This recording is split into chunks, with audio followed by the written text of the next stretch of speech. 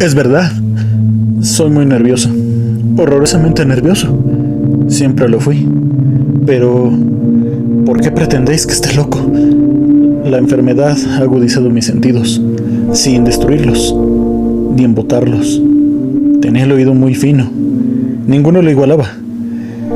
He escuchado todas las cosas del cielo y de la tierra, y no pocas del infierno. ¿Cómo he de estar loco? Atención, ahora veréis con qué sano juicio y con qué calma puedo referirlos toda la historia. Me es imposible decir cómo se me ocurrió primeramente la idea, pero una vez concebida, no pude desecharla, ni de noche, ni de día. No me proponía objeto alguno, ni me dejaba llevar de una pasión. Amaba al buen anciano, pues jamás me había hecho ningún daño, ni menos insultado. No envidiaba su oro, pero tenía en sí algo desagradable. Era uno de sus ojos, sí, esto es, se asemejaba al de un buitre, y tenía el color azul, pálido. Cada vez que ese ojo se fijaba en mí, su mirada se me helaba la sangre de las venas, y lentamente, por grados, comenzó a gremiar en mi cerebro la idea de arrancarle la vida al viejo, a fin de librarme para siempre de aquel ojo que me molestaba. He aquí el quid. Me creéis loco, pero advertir que los locos no razonan.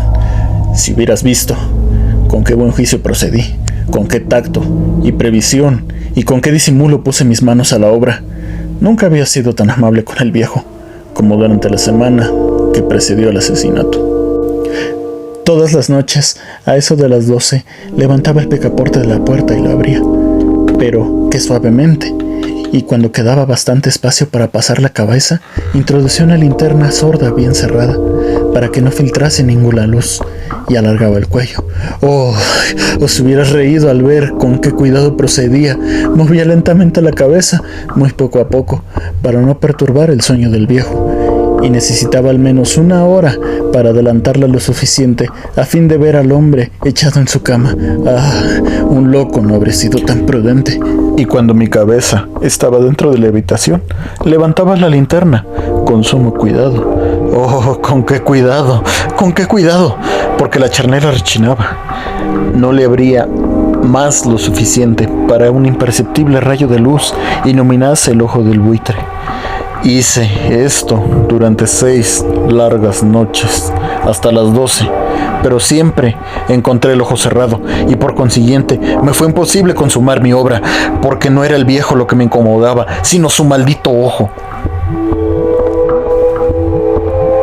Todos los días, al amanecer, entraba atrevidamente en su cuarto y le hablaba con la mayor serenidad, llamándole por su nombre con un tono cariñoso y preguntándole cómo había pasado la noche.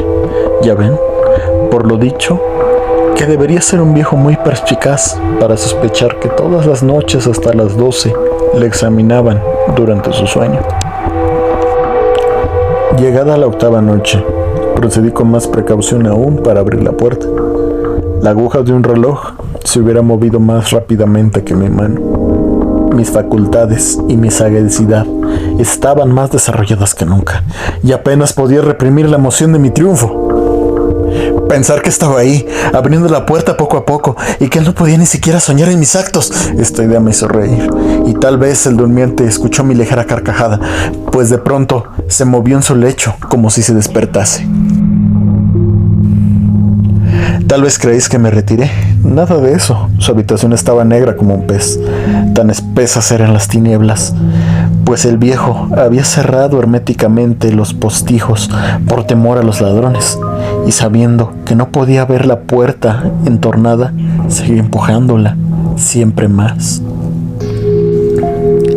Había pasado ya la cabeza y estaba a punto de abrir la linterna cuando mi pulgar se deslizó sobre el muelle con el que cerraba, y el viejo se incorporó en su lecho exclamando: ¿Quién anda ahí? Permanecí inmóvil, sin contestar. Durante 1 hora me mantuve como petrificado, y en todo este tiempo no le vi echarse de nuevo. Seguía sentado y escuchando, como yo lo había hecho noches enteras. Pero he aquí que de repente oigo una especie de queja débil, y reconozco que era debida a un temor mortal, No era dolor, no era pena, oh no. Era un ruido sordo y ahogado que se elevaba del fondo del alma poseída por el espanto. Yo conocía bien este rumor, pues muchas noches a las 12, cuando todos dormían, lo oí producirse en mi pecho, aumentando con su eco terrible el temor que me embargaba.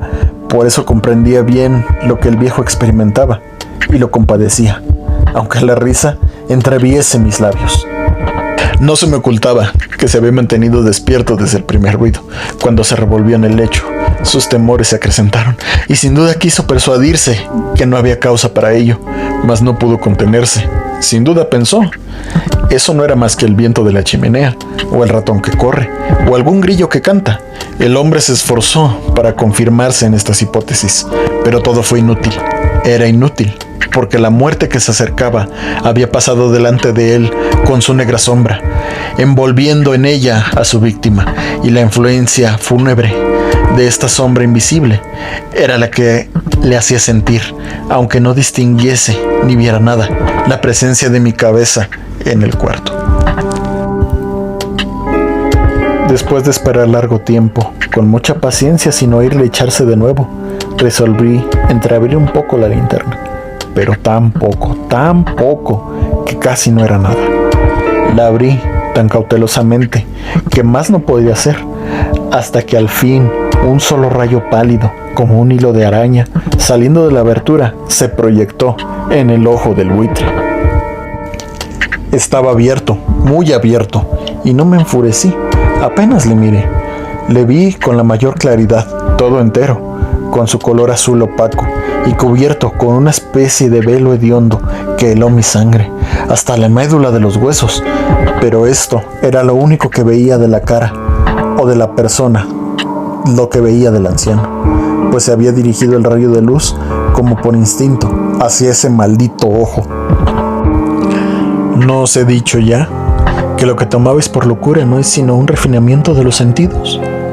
En aquel momento, un ruido sordo, ahogado y frecuente, semejante al que se produce en un reloj envuelto en algodón, hirió mis oídos. Aquel rumor lo reconocí al punto. Era el latido del corazón del anciano y aumentó mi cólera, así como el redoble de un tambor sobreexcita el valor de un soldado.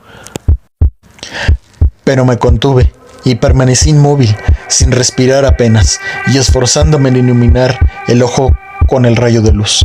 Al mismo tiempo, el corazón latía con mayor violencia, cada vez más precipitadamente y con más ruido.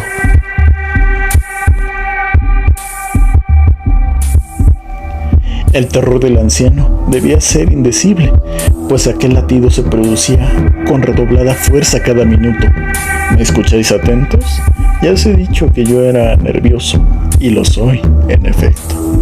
En medio del silencio de la noche, un silencio tan impotente como el que aquella antigua casa, aquel ruido extraño me produjo, un terror indecible. Por espacio de algunos minutos me contuve, permaneciendo tranquilo, pero el latido subía de punto a cada instante, hasta que creí que el corazón iba a estallar, y de pronto me sobrecogió una nueva angustia. ¿Algún vecino podía oír rumor? Había llegado la última hora del viejo. Proliferando un alarido, abrí bruscamente la linterna y me introduje en la habitación. El buen hombre solo dejó escapar un grito, solo uno. En un instante le arrojé en el suelo. Reí de contento al ver que mi tarea tan adelantada, aunque esta vez ya no me atormentaba, pues no se podía oír a través de las paredes. Al fin cesó la palpitación, porque el viejo había muerto. Levanté las ropas y examiné el cadáver. Estaba rígido, completamente rígido. Apoyé mi mano sobre el corazón y la tuve aplicado algunos minutos. No se oía ningún latido. El hombre había dejado de existir y su ojo, desde entonces, ya no me atormentaría más. Si persistís en tomarme por loco, esa creencia se desvanecerá cuando os diga qué precauciones adopté para ocultar el cadáver. La noche avanzaba y comencé a trabajar activamente, aunque en silencio. Corté la cabeza, después los brazos y por último las piernas. Enseguida arranqué 3 tablas del suelo de la habitación, deposité los restos mutilados en los espacios huecos y volví a colocar las tablas con tanta habilidad y destreza que ningún ojo humano, ni aun el suyo, hubiera podido descubrir nada en particular. No era necesario lavar mancha alguna. Gracias a la prudencia con la que procedía, un barreno la habría absorbido toda. Terminada la operación, a eso de las 4 de la madrugada, aún estaba tan oscuro como a medianoche, cuando el reloj señaló la hora. Llamaron a la puerta de la calle, y yo bajé con la mayor calma para abrir, pues, ¿qué podría temer ya? 3 hombres entraron, anunciándose cortésmente como oficiales de policía. Un vecino había escuchado un grito durante la noche. Esto bastó para despertar sospechas. Se envió un aviso a las oficinas de la policía y los señores oficiales se presentaban para reconocer el local. Yo sonreí porque nada debía temer y recibiendo cortésmente a aquellos caballeros les dije que era yo quien había gritado en medio de mi sueño.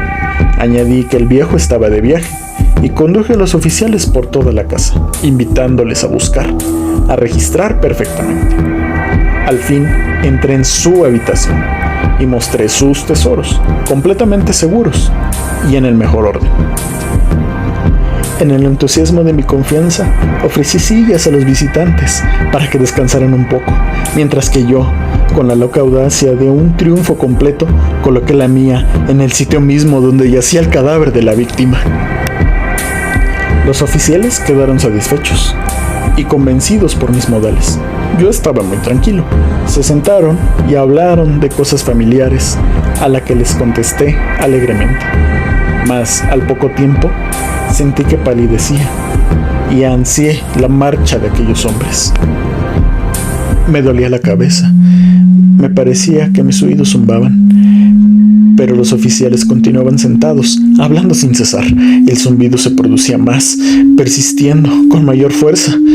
Me puse a charlar sin tregua para librarme de aquella sensación, pero todo fue inútil, y al final descubrí que el rumor no se producía en mis oídos. Sin duda palidecí entonces mucho, pero hablaba todavía con más viveza, alzando la voz, lo cual no impedía que el sonido fuera en aumento. ¿Qué podía ser yo? Era un rumor sordo, ahogado, frecuente, muy ahogado, al que producía un reloj envuelto en algodón.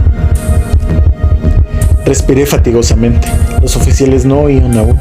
Entonces hablé más aprisa, con mayor vehemencia, pero el ruido aumentaba sin cesar. Me levanté y comencé a discutir sobre varias nimiedades, en un disipón muy alto y gesticulando vivamente, mas el ruido crecía. ¿Por qué no querían irse aquellos hombres? Aparentando que me exasperaban sus observaciones, di varias vueltas de un lado a otro de la habitación, mas el rumor iba en aumento. Dios mío, ¿qué podía hacer? La cólera me cegaba. Comencé a renegar, agité la silla donde me había sentado, haciéndola rechinar sobre el suelo, pero el ruido dominaba siempre de una manera muy marcada. Y los oficiales seguían hablando, bromeaban y sonreían. ¿Sería posible que no oyesen? Dios Todopoderoso, no, oían, lo sospechaban, lo sabían todo, se divertían con mi espanto. Lo creí y lo creo aún. Cualquier cosa era preferible a semejante burla. No podría soportar más tiempo aquellas hipócritas sonrisas. Comprendí que era preciso gritar o morir, y cada vez más alto, ¿lo oís? Cada vez más alto, siempre más alto. ¡Miserables!, exclamé. No disimuléis más tiempo, confieso el crimen, arrancad esas tablas. Ahí está, es el latido de su espantoso corazón.